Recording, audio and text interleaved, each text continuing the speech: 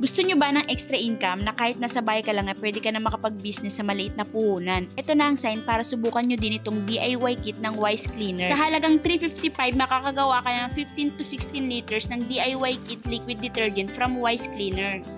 Sobrang dali lang din itong gawin. Una nga, naglagay na ako ng 14 liters na tubig sa timba. May kasama na rin instruction kaya hindi na rin kayo mahihirapan. Sunod nga, ibinuhos ko na itong SAA Fortified Bubble Booster. Isinunod ko naman itong foaming agent. Sunod naman, ibinuhos ko na itong surfactant. Kupitin lang daw ng maliit sa dulo at ibuhos ng paikot sa tubig. At ibabad muna ng 20 minutes bago haluin ng mabuti. At after 20 minutes nga, haluin muna ng mabuti. Siguraduhin tunaw lahat ng ingredients. Sunod naman ay ang Premix 1 bottle. I-shake muna bago ibuhos. At haluin ng mabuti. Ang laman pala ng Premix 1 bottle ay scent, gelatin agent, water softener with anti-bac, foam booster, pigment powder, and moisturizer. Sunod naman na ibinuhos ko ay ang Premix 2 bottle. Ang laman naman ng Premix 2 bottle ay decreasing agent, stain remover, o ang pangtanggal sebo at mancha. Sunod naman ay unti-unting ibuhos ang thickener habang hinahalo ito ng sobrang bagal lang hanggang sa maubos at matunaw ito. At kapag siguradong tunaw na, takpan at ipahinga ng 24 hours ang mixture ng liquid detergent.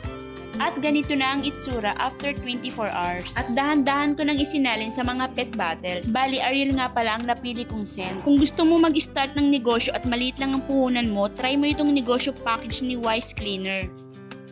Ito na nga yung ginagamit ko, grabe, sobrang bango niya at bula at hindi mo na kailangan mag-downy dahil satisfied ka na sa bango. Kung ayaw mo naman i-business, pwede namang personal use, grabe, sobrang makakatipid ka dahil halos 3 buwan mo itong magagamit o higit pa. Kaya kung gusto nyo rin mag-small business o makatipid, subukan nyo na rin itong DIY kit ng Wise Cleaner, sobrang ganda din ng quality.